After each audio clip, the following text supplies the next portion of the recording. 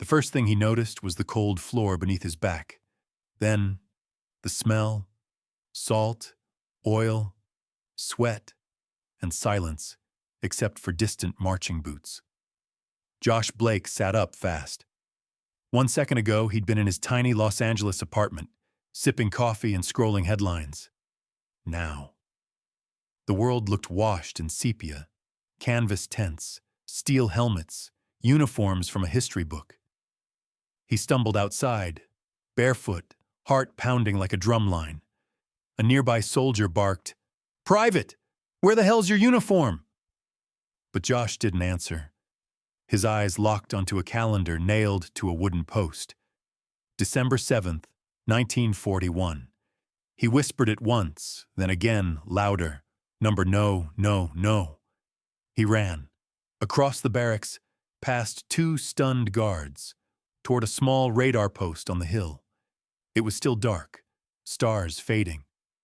Inside, 2 young men sat bored at a console. Josh burst in, gasping, "You're about to see them. Japanese planes. Hundreds. You have to listen to me." They froze. One of them reached for the phone. The other reached for a gun. If you only had 3 hours to save 2,403 lives, what would you say first? Josh's hands were still raised when the barrel of the revolver pressed against his temple. "I said, 'Who the hell are you?'" barked the young officer. The other man was already dialing a number on a rotary phone, voice shaky.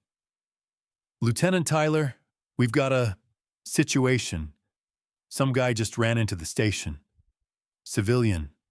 Might be dangerous." "I'm not dangerous," Josh said, slowly lowering his hands. "I'm from the future." The room went silent. Even the night outside seemed to pause. The officer narrowed his eyes. "Future? You drunk, son?" Josh took a breath, steadying the storm inside his chest.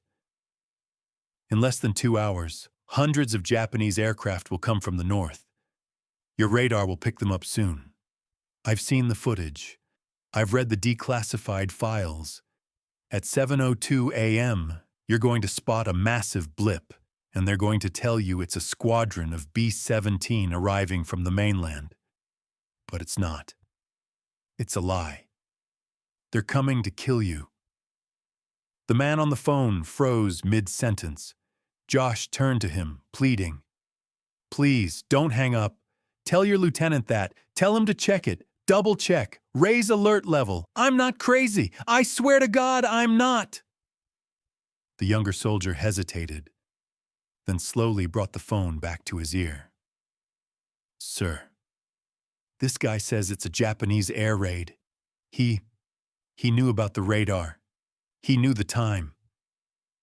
Josh could see the doubt flickering in the soldier's eyes. Hope, fragile and flickering.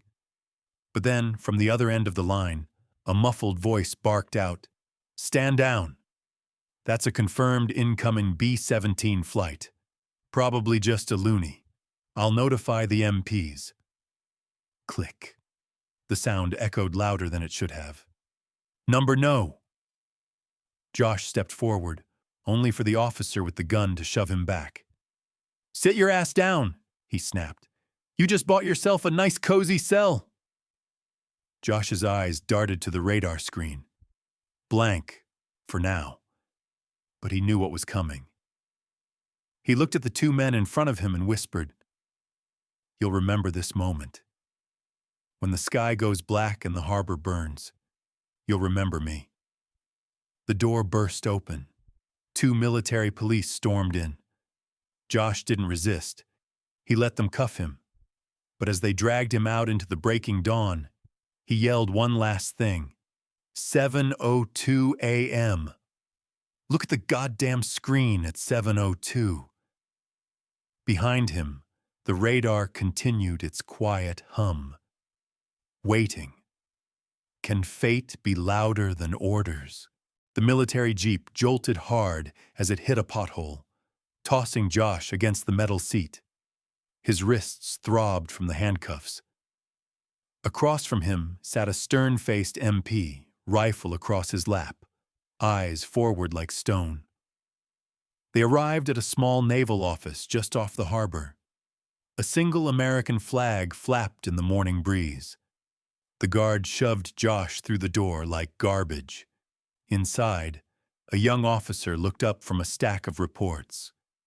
Lieutenant Richard Anders, mid-30s, sharp eyes, crisp uniform, the kind of man who believed in orders, not questions. Lieutenant, one of the MPs saluted. This one stormed a radar station, claimed to be from the future. Anders raised an eyebrow. Did he now? Josh was done begging. He knew time was bleeding out fast, so he changed tactics. He straightened his back, met Anders's gaze, and lied through his teeth.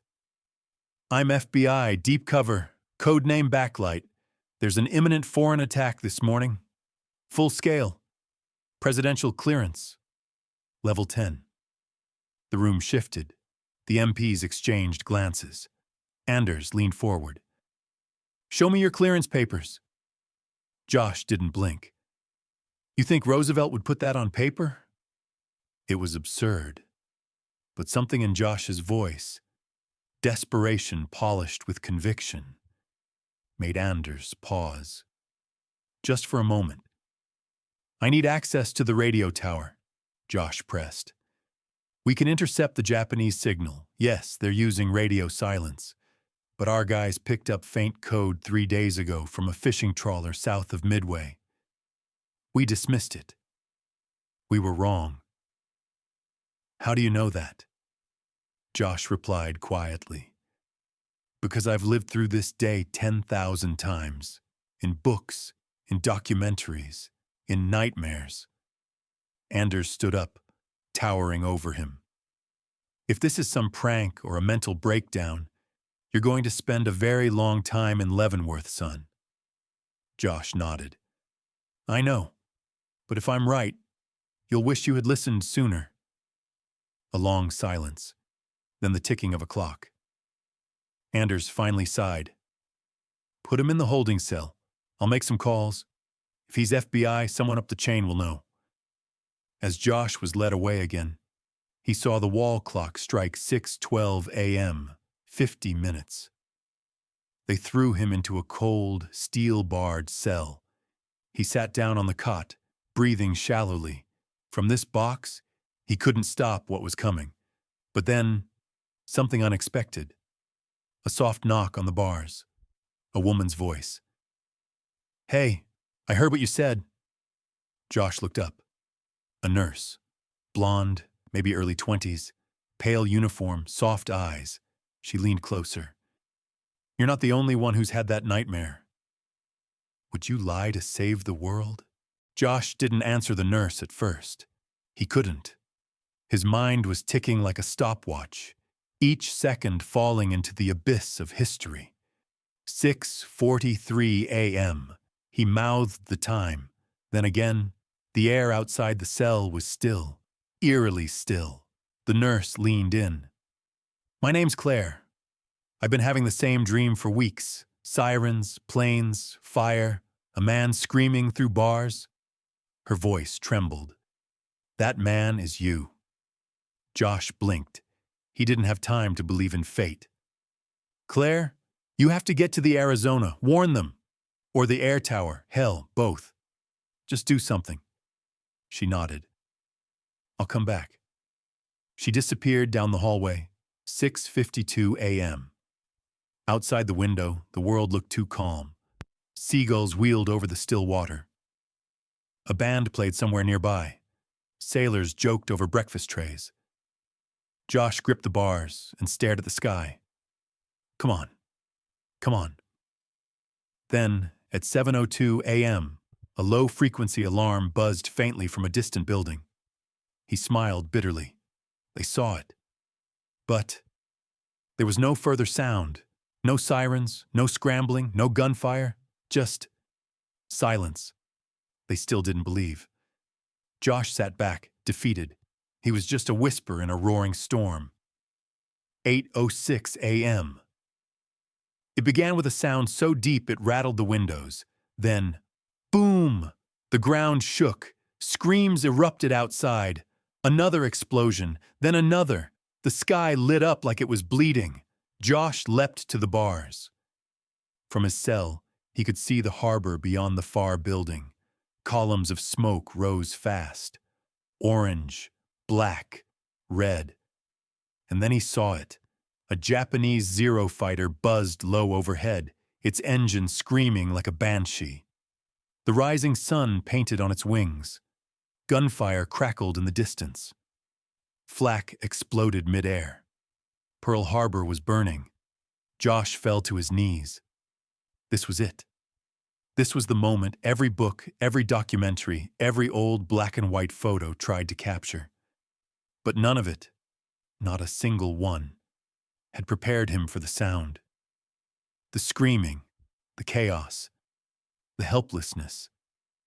A guard ran past the cell. Josh grabbed the bars, shouting, "Open this door! I told you this would happen!" But the guard didn't even look. He was running to die. Josh pressed his forehead to the bars. Outside, the battleship USS Arizona, just barely visible, erupted into a massive fireball.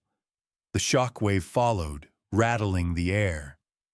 Then, for just a moment, time slowed. Josh remembered a documentary voiceover from years ago. At 8:06 a.m., a 1,760-pound armor-piercing bomb detonated inside the Arizona's forward magazine. Over 1,100 men died in less than 9 seconds. Now, he was watching it happen. And this time, it wasn't a documentary. It was real. What's worse, knowing the future or watching it repeat, the door creaked open slowly. Josh didn't turn around at first. He thought it was another explosion shaking the hinges. But then he heard it. Light footsteps, urgent but careful. "Josh," Claire whispered. He looked up. She stood there, cheeks flushed, hair damp with sweat, holding a stolen key ring and a small revolver far too big for her hands. "I got one of the MPs to leave his post. Said I needed help moving the wounded. Then well, just come on." Josh blinked, stunned. "Why are you doing this?" Claire's eyes darted down the hall, then back to him. "Because I saw this place burning. Weeks ago. I wake up screaming.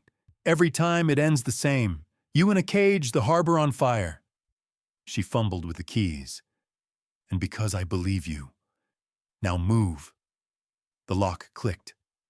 Josh stumbled out, still disoriented from the explosions. Sirens now wailed across the base.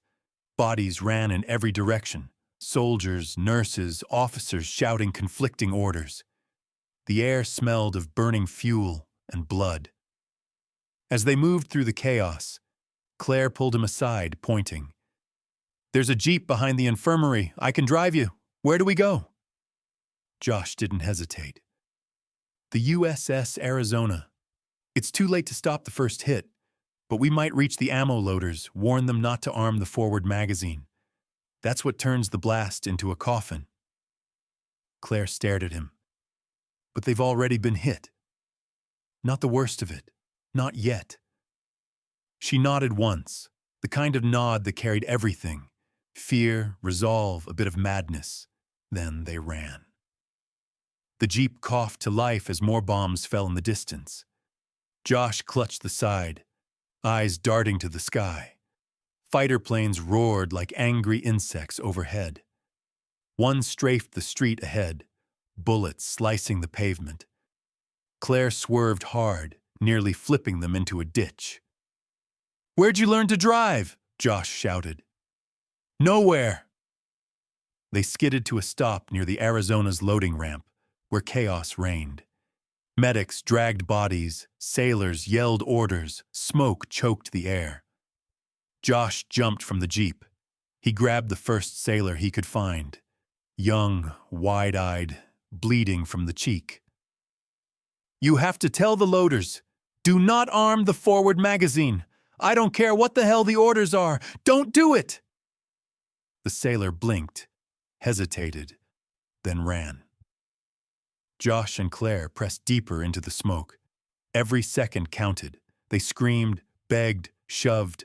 Some listened, some didn't, and then a pause. Josh looked at Claire. She was crying silently, mascara running with ash. You think it's enough? I don't know, Josh whispered, but it's more than last time. And then they heard it. Boom. But not the boom. A smaller blast. Something had changed. Josh gripped Claire's hand, breath catching. Maybe, just maybe, they'd altered the page. Can a dream rewrite history if two people share it? The USS Arizona loomed before them, burning, screaming, fighting for breath.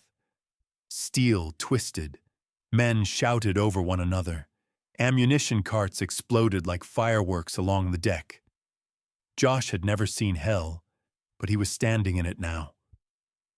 He and Claire scrambled up the gangway, smoke clinging to their skin. An officer tried to stop them. Josh shoved past him. No time! Where's the ammo hold? The man pointed, stunned, as if asking, how does this guy know that? Down below, the corridors pulsed with orange light. Sailors dragged bodies through the narrow halls, slipping on blood and oil. The heat grew unbearable. Then Josh found them. Two loaders were shouting, frantically preparing the forward magazine. Huge shells, massive, gleaming beasts, were being rolled into position. Josh stepped between them. Stop! Stop loading that magazine. The fire's too close. One hit and this whole ship goes up. One of the loaders raised a wrench. Who the hell are you? Josh didn't flinch. He shouted, I'm someone who knows that in 2 minutes you're going to die down here. You think that fire's far? It's not. You arm that now and this room becomes your grave. Claire jumped in beside him, coughing. Please, listen to him. One of the men hesitated, looked up, listened. The other shook his head, stubborn, scared. But then, another explosion rocked the ship. Part of the ceiling caved slightly. Sparks rained down. They stopped. Josh exhaled like he'd been underwater for days. Back away. Get topside. We need to get everyone out of the forward deck. The men dropped their equipment and ran. Josh and Claire followed close behind. As they emerged, the harbor was carnage. Oil burned across the water's surface, casting ripples of fire across sinking hulls. A bomber screamed overhead. Josh dove, pulling Claire down as machine gun fire sliced across the deck. A sailor nearby caught one in the throat, dropped like a marionette with its strings cut. They were too late to save everyone. But maybe, they'd saved something. A massive shock wave suddenly erupted from the rear of the ship. Part of the engine room hit. But the core, the magazine, still intact. The Arizona was wounded, but not vaporized. Josh looked across the deck. Bodies everywhere, but fewer than he expected, and the flag was still up. He turned to Claire, voice hoarse. We just changed something. She nodded, her face smudged with ash and disbelief. I think we did. In the sky, another wave of planes approached, darker dots growing fast. Josh grabbed Claire's hand. This isn't over, not by a long shot. They leapt from the deck as another explosion threw them off balance. Would you sacrifice yourself if it meant saving just one ship? Josh and Claire crouched behind a smoldering jeep near the docks, both bleeding, coughing, barely breathing, but alive. Around them, the storm of fire continued. Black smoke rolled into the sky like a funeral shroud. Yet something felt different. The Arizona still burned, but hadn't been ripped in half. Sailors were pulling survivors from her decks. Across the harbor, the Nevada, once doomed to sink in the channel, was moving, slowly, deliberately, engines alive, guns firing. Josh wiped blood from his brow. "They're fighting back." Claire stared in awe. "They weren't supposed to. Not this fast." It hit Josh then. Not all of it, but pieces. Maybe someone heard the radar warning. Maybe the loaders who'd stopped warned others. Maybe the MP who doubted him said something. Maybe the whisper of a lie had echoed far enough. He looked down at his trembling hands. "I did this. We did this." But time travel, real or not, never gives without taking. A sudden burst of static echoed nearby. A damaged radio crackled on the ground beside a dead communications officer. Josh picked it up. "Command reports. Partial resistance. Code red initiated early. Arizona still afloat. Unknown source of early alert." The voice on the other end continued, but Josh's heart skipped. Unknown source. They'd noticed the ripple. He turned to Claire. "They know something changed. They just don't know who caused it."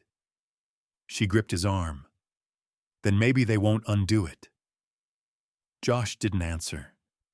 His eyes drifted to the harbor where sailors, drenched, limping, climbed out of the water. They were supposed to die.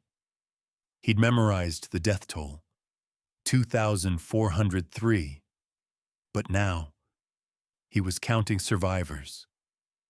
They found temporary refuge in a half-destroyed bunker, where wounded were being treated by candlelight.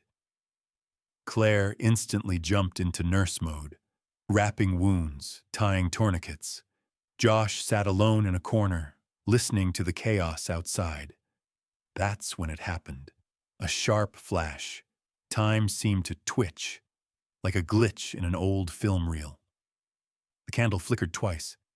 The air thickened. And then, just for a split second, he saw another version of the room. Empty. Silent. Burnt. Gone. He gasped. Claire turned. "What is it?" Josh stared at the wall, where his shadow had just flickered twice. "I think," he whispered, "time is trying to snap back." Claire walked to him, sat down, eyes wide. "You mean, it didn't like what we changed?" He nodded slowly. "We made a ripple. But history? It wants the wave back." Silence. Then Claire asked the question he hadn't dared think. "If it tries to fix itself, will it erase us to do it?" Josh didn't answer. He just reached for her hand, held it tight. Is one ripple enough to change a tidal wave? Josh awoke to birdsong. No smoke, no gunfire, no sirens, just soft morning light filtering through a dusty museum skylight. He blinked, disoriented, lying on a leather bench. His hands were clean, no blood, no burns. His heart was still racing, though his body said, "Rest now. It's over." He sat up slowly. This wasn't 1941. A modern banner hung overhead. Pearl Harbor, remembering the day that changed the world. National World War II Museum, New Orleans. Josh staggered to his feet. His legs were weak, like he'd run 100 miles in boots made of lead. People walked by. Tourists, kids with guide pamphlets. No one noticing the man who felt like he'd just survived a war that technically still happened. He rushed to the main exhibit, heart hammering. A black and white photo of the USS Arizona was front and center. But it was different. The placard read, "Though the Arizona suffered catastrophic damage on December 7th, 1941, a failed detonation in the forward magazine saved hundreds of lives. The source of the alert remains unknown to this day." Josh's throat went dry. His hands trembled as he touched the glass. Claire. He wandered deeper into the exhibit until something stopped him cold. a display case. Inside, a yellowed envelope, faded, scorched at the edges. The tag read, "Anonymous warning letter, received by Naval Command hours before the attack. Believed to be a hoax at the time. Contains highly accurate predictions. The author remains unidentified." Josh stepped closer. He didn't remember writing a letter, but there it was. His handwriting. His name wasn't on it, but he knew the curve of every word, the ink smudged by panic, the urgency. "If you're reading this, you must listen. 7:02 a.m. northbound, Japanese, Plains, Harbor, Arizona. Do not arm the forward magazine."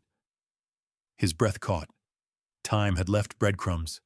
Imperfect, incomplete, but just enough. Later, in a quiet corner of the museum, he sat on a bench staring out the window.